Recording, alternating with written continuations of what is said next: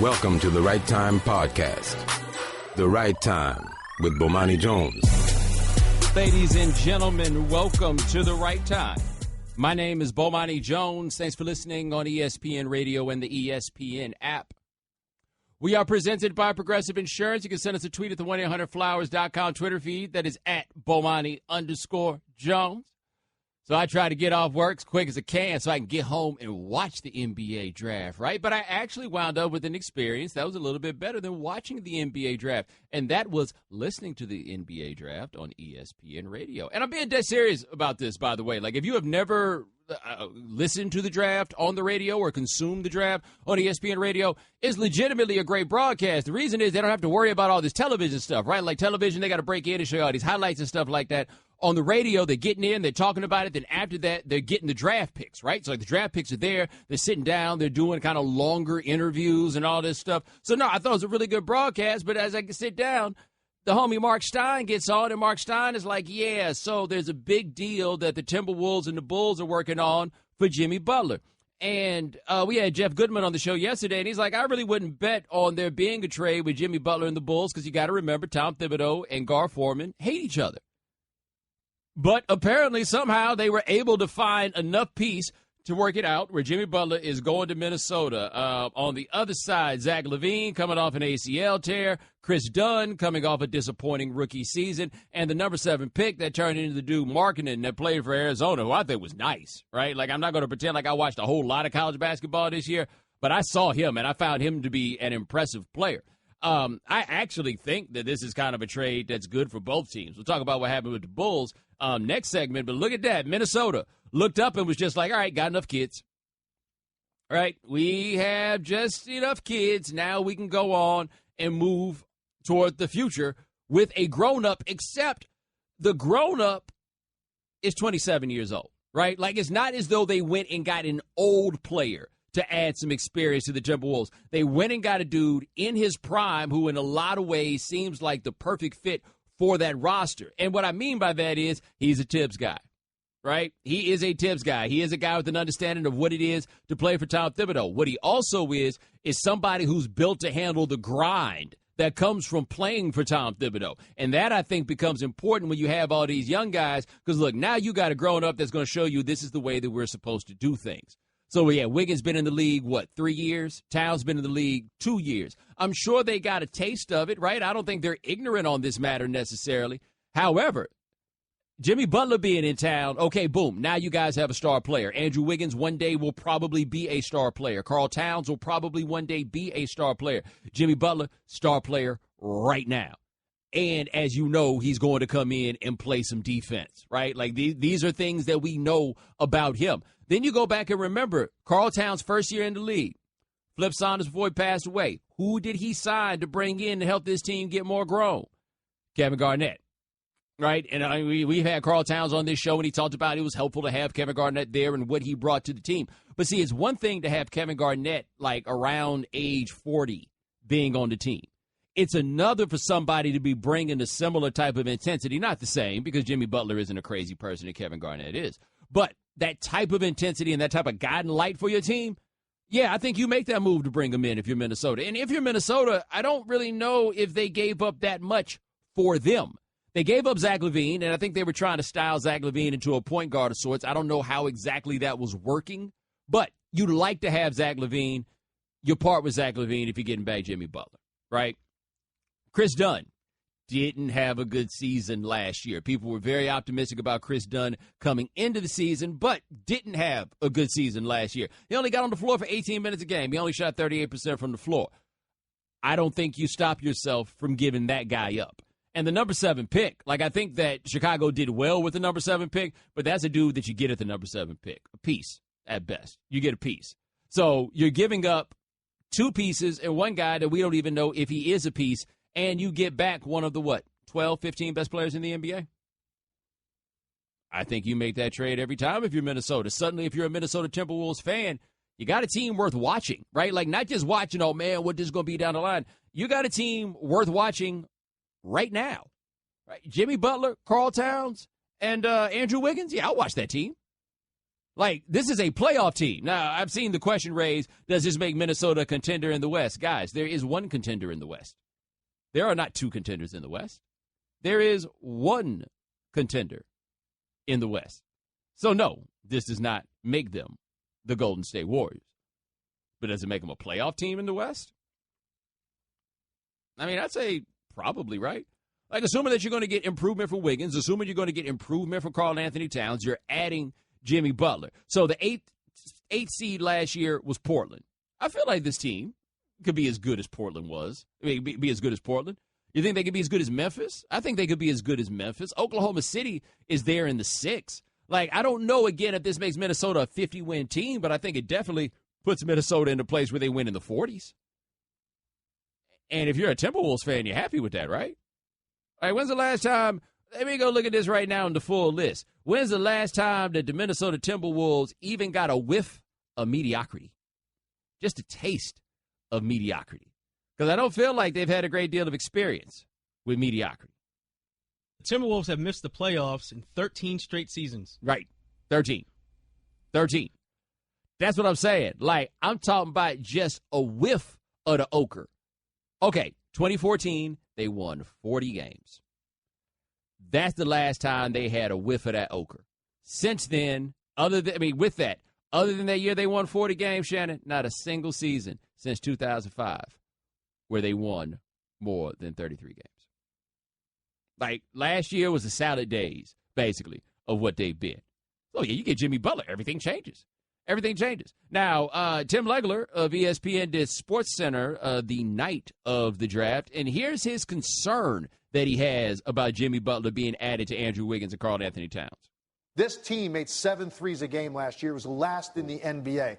This doesn't address that. Okay, Ricky Rubio is going to score at the rim. Karl Anthony Towns is actually the best three-point shooter of this group. Okay, but he's really a guy that's inside out. I like him better when he's inside more. Wiggins and Butler are mid-range and in and can make an occasional three. But their best 4 players combined last year, Kevin, for 4 made threes a game. Okay, Golden State's 4 best players make about 11 or 12 a night. That's the difference. It's hard to win in the NBA shooting 2s and free throws. I mean, he does make a good point. Now, to be fair, Jimmy Butler's a 37% three-point shooter. Now, it's a possibility that he'll shoot more of them, and we don't know what's going to happen to his percentage. But last year, Jimmy Butler shot 37% from three-point range. Like, I don't think that's anything to apologize for. But I do think he raises a good point. This is not going to be a team to stretch the floor. My thing, though, is that the Timberwolves are not a championship contender now. I don't think anybody would reasonably expect them to be a championship contender next year. If you got a chance to get Jimmy Butler, you get Jimmy Butler. Now, you say their 3 best players make 4 3-pointers a game. Well, Karl Anthony Towns, you just need him to be able to stretch the floor. He's not going to be a guy that's going to be giving you, 4 or 5 made 3-pointers a night. That's not what it's going to be, but you're happy with the fact that he can stretch the floor. Now, do they have a different question they're going to have to ask about Ricky Rubio? Yes. By the way, Ricky Rubio, 26 years old. That's it. Been in the league 8 years. A mere 26 years old. Now, yeah, at some point they're going to have to get a better shooting option at point guard. And who knows, maybe they wind up going and they get themselves a stretch 4. But I don't feel like you wind up with Andrew Wiggins, Jimmy Butler, and Karl Anthony Towns, and I'm focusing too much on what they can't do. Because I don't expect this to be a team that's going to be competing for a championship. This is the step I feel like that you got to take. I think you can find the guys to do the other stuff, like you sprinkle them in. But let's ask this question, though. Philosophy-wise, Thibodeau, he going to be good on the we need to shoot more three-pointer program? Or is he going to be out there on the gritty? He likes it gritty. Gritty. He likes it gritty. By the way, here's Thibodeau right fast talking about how they got Jimmy Butler last night. As things developed, from the end of the season and then as you're preparing for the draft, you're just looking at all the possibilities. And you could tell by the calls that we were getting regarding our pick that we knew it was a deep draft. And so we wanted to be prepared to move up or move back and also to look at the trade possibilities, who would be available. You saw a number of good players that were becoming available, so you were asking yourself, does this make sense for us? Does the age match up with, your your own team, and we have a very young team, and that's what I liked about Jimmy. His age is he's not in his 30s; he's really just entering into his prime. So I thought it would be a good fit for us, and we wanted to take a shot at it. So we were looking at some of the players that we thought were elite, and he certainly fell into that category, and we had the opportunity to do it. Now, again, we told you, Tom Thibodeau, who used to work for the Bulls, can't stand Gar Forman, executive for the Bulls. So was this the first trade ever consummated by secretaries? Or, excuse me, administrative assistants? Because I feel like they weren't on the phone with one another. Like, how can you consummate a trade when one man has the other man in his phone under do not answer? Or that guy's calling. 888-729-3776. That is our telephone number. Give us a call. Coming up next, we talk about how I think this trade for Jimmy Butler is pretty good for the Timberwolves. I actually think it's good for the Bulls, too, even though most people don't. I'll explain why on ESPN Radio, the ESPN app, Sirius XM Channel 80. The Right Time with Bomani Jones. Ladies and gentlemen, welcome back to The Right Time. My name is Bomani Jones. Thanks for listening on ESPN Radio and the ESPN app. We are presented by Progressive Insurance. Nick Friedell of ESPN Chicago will join us next segment. Nick Friedell will join us at 4:30 Eastern. 888-729-3776. That is our telephone number. And hey, Top Straight Talk brought to you by Straight Talk Wireless. Best phones, best networks, no contracts. So the Bulls made the trade, sent Jimmy Butler to Minnesota. The big parts that matter, there was a pick swap that took place, but the big thing is that the Bulls got the number 7 pick. They turned into the homie Markkanen from Arizona. Yes, to answer your question, I have not bothered to look up his first name. But anyway, it's him, Zach LaVine, and Chris Dunn wound up going to Chicago. Jimmy Butler goes to Minnesota. We talked about how it works for Minnesota. Thought it worked for Minnesota. Minnesota needed a grown-up, and they got a really good grown-up to play with this team. Bulls fans, however, for reasons that I could totally understand, a little bit bummed out. Bulls fans looked around and were like, but wait a minute. This is the only good player we have, and now he's gone. Yeah. Andrew Luck is a restricted free agent, right? I mean, you don't normally see a quarterback as talented as him get to a place where, another team can put in an offer for him. But Andrew Luck's a restricted free agent. I don't really know who else played for them. Rondo, he's still there, I suppose. Shannon, who else that played for the Bulls? Oh, Robin Lopez. Robin, yes, Robin. Yes, Robin, yes. Yes, Robin. He plays for them. All right, so I say all that to say that, what do the Bulls have? Right? I mean, so you have Jimmy Butler as your best player, which is not necessarily the worst thing to say. However, what else did you have? I didn't feel like the Bulls were close to being anywhere. They weren't close to the top. They weren't close to the bottom. So I couldn't feel like they had anybody that you absolutely had to have. And on top of that, as we have discussed before, just about everybody signs their first extension. The second extension is where it gets dicey. Now, Jimmy had some incentive to stick around with the Bulls because if he, that super duper contract that he could get himself eligible for. Okay, right? That was going to be there for. All those things are there. All those things are in place for him. But for the Bulls, I just didn't see the reason to keep him. I think you keep him on one hand because you're going to sell tickets and you want to be competitive and have somebody that the fans want to see, and the fans like Jimmy and Jimmy like being in Chicago. But long term for the future, Jimmy Butler was not holding them up for making it happen in the future, but he didn't seem to be really helping them with it either. And so what do they get back? They get back a point guard who, assuming everything's okay with the ACL recovery, and look, it's 2017. I ain't tripping too hard about your future coming off an ACL. Chris Dunn, the issue is, why do you think Chris Dunn wasn't good last year? Do you think that Chris Dunn can still be good? Because if you think that Chris Dunn still has potential, and last year it does feel a little bit early to give up on him, but if you still think that you can get something out of Chris Dunn, then the Bulls are okay, cool, we might have got the backcourt for the future right here, and then the homie Markkanen. Not bad. I really don't think that that's bad, but what it also is for them is they're we're going to really rebuild now. Right? We have an idea what they were doing. Because say what you want about the Bulls. I didn't have any idea what they were doing last year. Now I have an idea what they're doing, and there's something to be said for that. I don't think people realize they started the rebuilding process last year. After they went for it early and bringing in Rondo and Wade, and so that didn't work. They went and made a trade during the deadline. They traded away Taj Gibson. They traded away McDermott. So they already started that process. It's just that they made the playoffs as well. So then people thought, well, maybe if we add a piece or two, we'll be in contention here in the East. No, they started the rebuilding process last year. And they're like, nah, actually, that's not going to work. So, I mean, if you're going to do it, go ahead and do it. Now, this is Tim Legley. He's on Mike and Mike this morning. He, like I, likes the trade for the Bulls.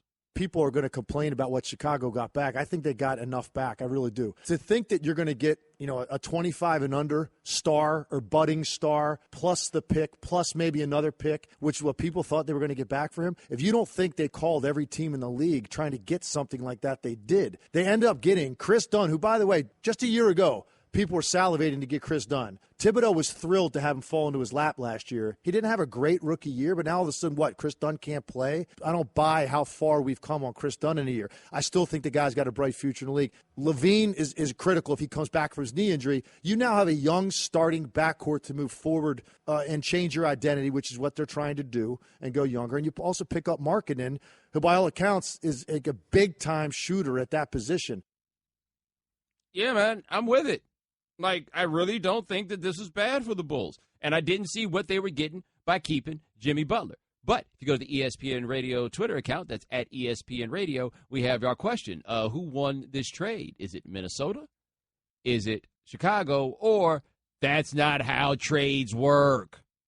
I'd like to take this brief moment to rail on the fact that people don't understand. That's not how trades work.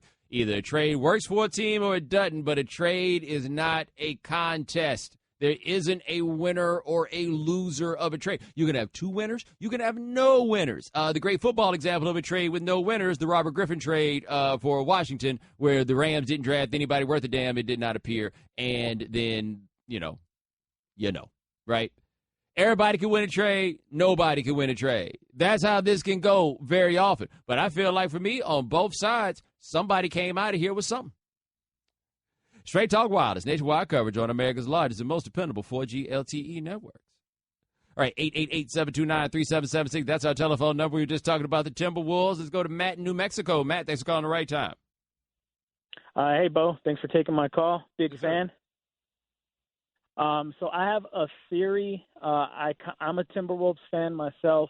I kind of feel that if the Clippers lose some pieces like Chris Paul or Blake Griffin, and the Jazz lose some pieces like Gordon Hayward and maybe George Hill, I don't want to predict it, but I think that if all things break right for the Timberwolves, they could end up being this year's Jazz and maybe even catch a 4 seed.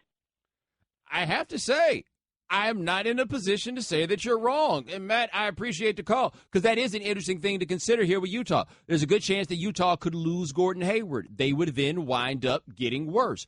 The Clippers, would you be surprised if at the end of free agency, the Clippers were one of the 4 worst teams in the West? Like, seriously, would that surprise you? If they lose Chris Paul and they lost Blake Griffin, would you be surprised if they were one of the 4 worst teams in the West, if that were to happen? I mean, that's a very top-heavy roster that for the last few years has hoped we could do enough with our starting 5 and that these dudes on the bench just don't give it all away, right? Because our starting 5 is that good and our bench is that bad. That's basically how they've been kicking it for a long time. So we're going to see. 888-729-3776. That's our telephone number. Coming up next, Jimmy Butler gone. What's next for Dwayne Wade and the Chicago Bulls? We'll talk to Nick Friedell of ESPN Chicago on ESPN Radio, the ESPN app, Sirius XM Channel 80. The Right Time with Bomani Jones. Ladies and gentlemen, welcome back to The Right Time. My name is Bomani Jones. Thanks for listening on ESPN Radio and the ESPN app. All guests join us on the Shell Pennzoil Performance Line, just like our next guest. Check him out covering the Bulls on ESPN Chicago. He'll also be filling in on The Right Time a couple of times next week. His name is Nick Friedell. So, Nick, I need you to explain to me how it is that Tom Thibodeau and Gar Forman could ever possibly wind up on a telephone call and doing productive business. Well, it wasn't Tibbs and Gar, because there is no love lost between those two. That I promise you. I think in the end it was Tibbs and John Paxson. And what you hear over and over the last couple of days is that those two had some conversations in the weeks leading up to the talks when they got really heated, and there was some bad blood for several years between Tibbs and the front office. It's been really well documented, but in the end, those two guys, Tibbs and Pax, they really still respected each other. And I think Tibbs always appreciated that Pax was the one who has been in the NBA life for 20-plus years, first as a player, then as an executive. And Pax always appreciated that Tibbs helped push the Bulls to the level they got with Derrick Rose, with Joakim Noah, and with Jimmy. So I think for those two guys, they came to the reality that they needed each other in order to make this happen, and they found a way to get it done. Now, why did the Bulls feel like they needed to make this happen? Because they felt like if they didn't move Jimmy right now, the leverage they have at the moment was going to be gone. They felt like if they didn't do it, they wouldn't get enough value in return. And I've been listening to it all day, going back to last night. I can promise you here in Chicago, there are a lot of fans that don't think they got nearly enough value in return. But to me, Bo, it revolves around this fact for the Bulls.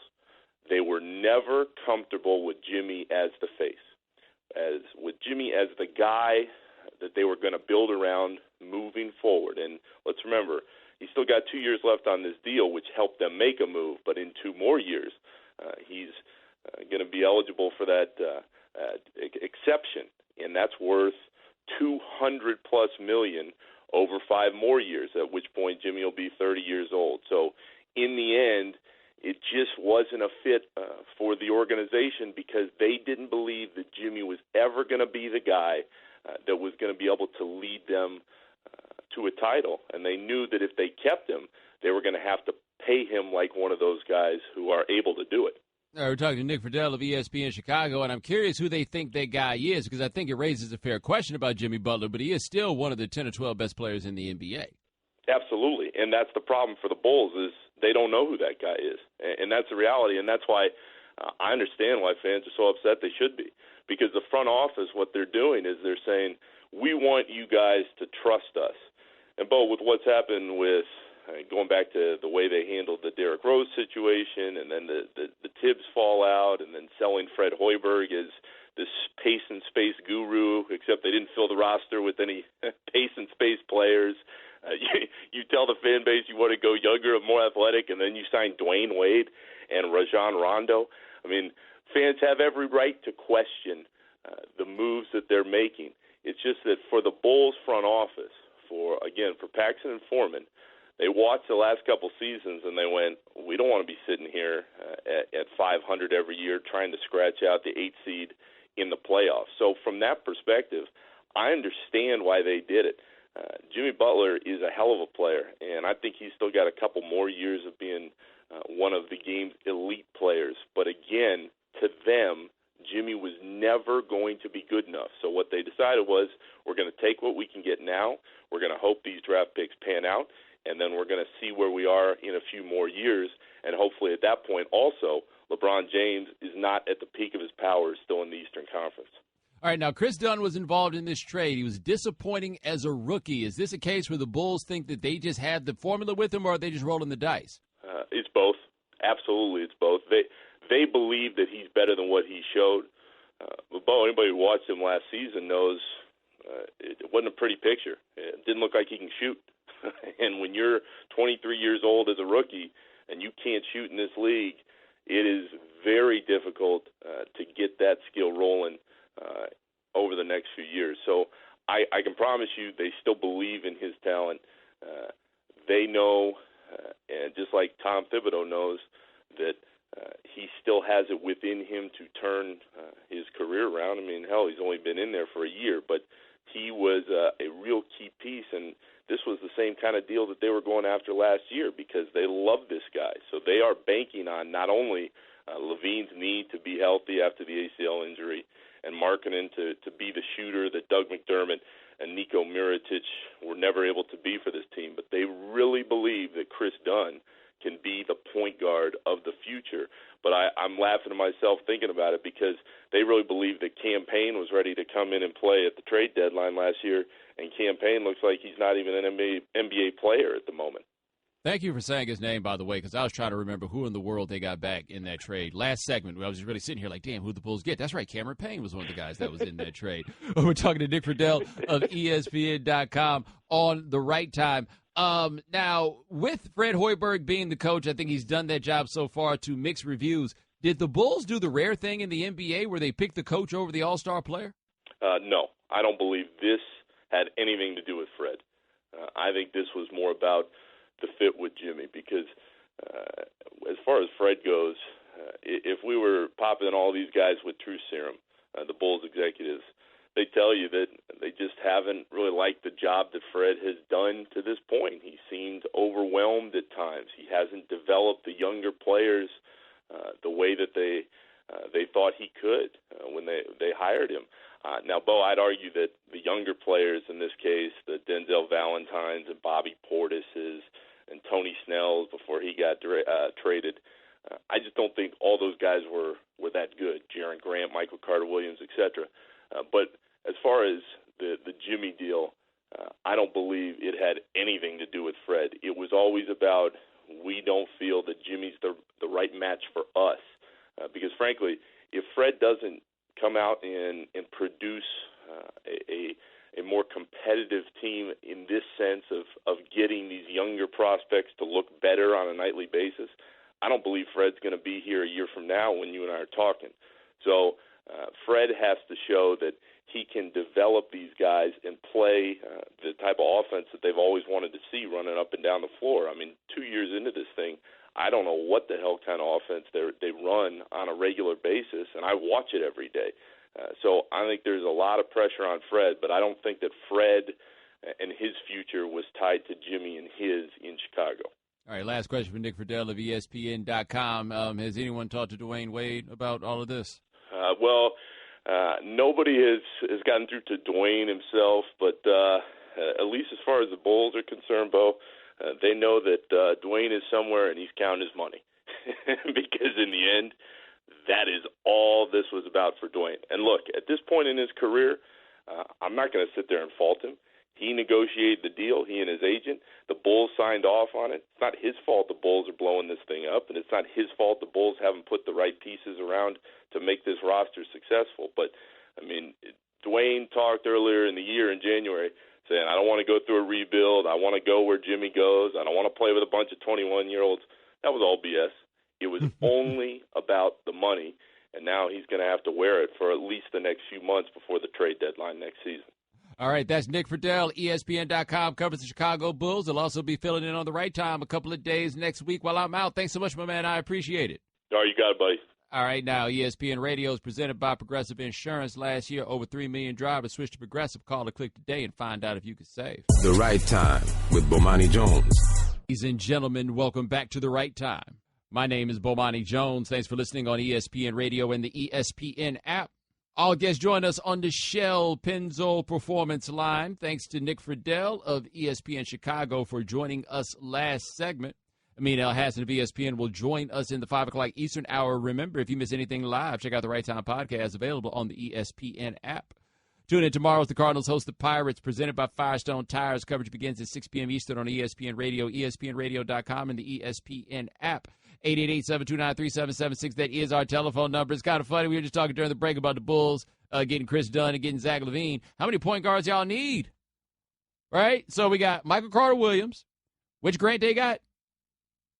Jaren. Okay. So they got him. They now have Chris Dunn. Zach LaVine has flirted at point guard a little bit. Am I missing one? Cameron Payne. Oh, yes. They do still have Russell Westbrook's DAP partner. They also have Rajon Rondo. Okay, that's 6. And they have Isaiah Cannon. That's 7. We have 7 point guardish players on the Bulls roster as of right now, and none of us think any of them right now are an NBA point guard. I do think this ends the LaVine point guard experiment thing. I mean, it's got to. They got 6 other ones. 6. All right, 888-729-3776. It's on to PJ in Virginia. PJ, thanks for calling The Right Time. Yeah, I wanted to bring up a point to you guys, but the guest before Dick Friedell brought it up. You guys forgot to mention D Wade, but I figured having him along with Rondo, along with Robin Lopez, I think with all that experience, they can at least, I don't know, maybe make an A spot in the playoffs. Maybe. I don't think that's far fetched. I think D Wade is a 3-time NBA champion, Finals MVP. I think he carries enough experience to lead this group at least to an A spot in the East, man. It's the weak East. I think they can do that. I mean, they made the East they 8th slot in the East last year with Jimmy Butler. I don't know how they're going to do it without him. I appreciate the call. I'm also very confused by the people who stayed on hold after somebody else already made their point. I was going to tell y'all forgot D-Wade. Ain't nobody forget D-Wade. We're just going to talk about that later. Understand how this stuff works. We stretch this stuff out, baby. Yeah, and shout out to my man Tristan in Virginia Beach who just hung up because he wanted to talk about D-Wade, and we had talked about D-Wade. I guess it probably helps that I went on by saying, why you waiting on hold after we talked about it? He's like, oh, my bad. 888-729-3776. That is our telephone number. I want to switch gears a little bit off all the draft and trade talk because today is the last day that I will be doing work out of sunny, glamorous Miami Beach, Florida. If you saw Highly Questionable yesterday, we did our last episode. Got a little teary, got a little weepy. This is what happens when you work with Dan. See, Dan is a very, open with his emotions type.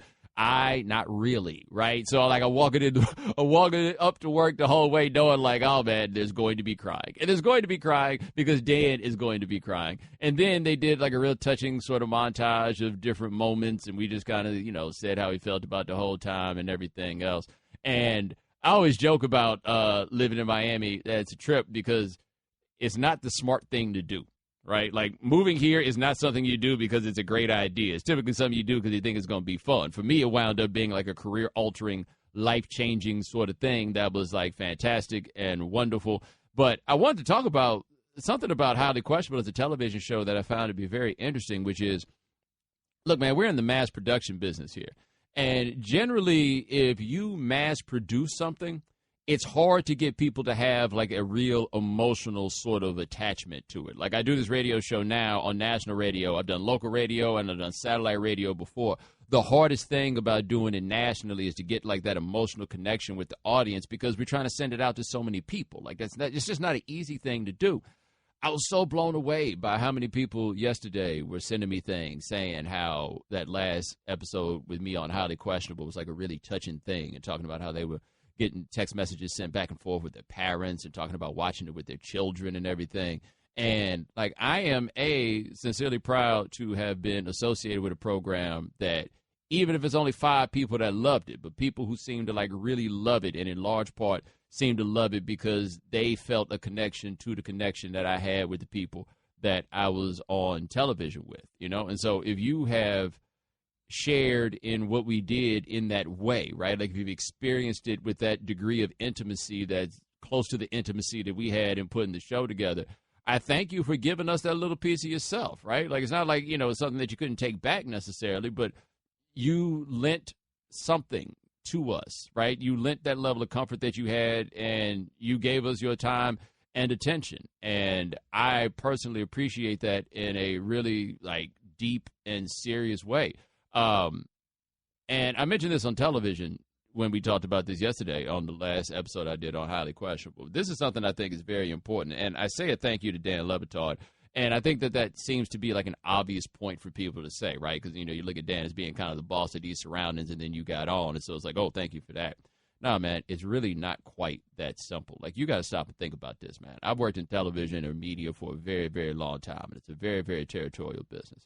That television show was called Dan Le Batard is Highly Questionable. I show up one day, they pull up a chair, and that TV show is then called Highly Questionable. There aren't that many people that are taking their own names off the marquee and giving up what was theirs and turning it into something that, for me, became ours. There just aren't that many people who are going to do that. And in large part, Dan did that in large part because he felt like I had a level of talent that this industry was not showing the proper level of respect to, and he had his beliefs on why that was. And this is a dude that had a platform and extended part of that platform to me and shared in it because he felt that I was a person who should receive that kind of opportunity, and he thought that with that, everything would be good.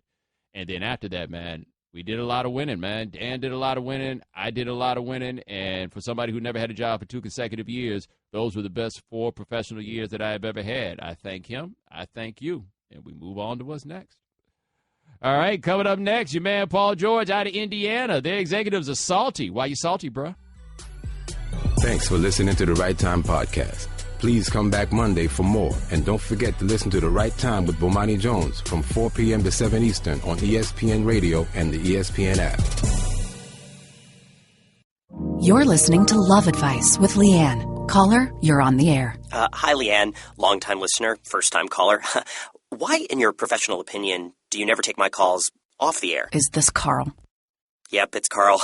I mean, we had a few dates. Everything was great. I thought, Well, you know, when you switch to Geico, you could save a lot of money on car insurance. Okay, awesome. You should call them. I will. Geico, because saving 15% or more on car insurance is always a great answer.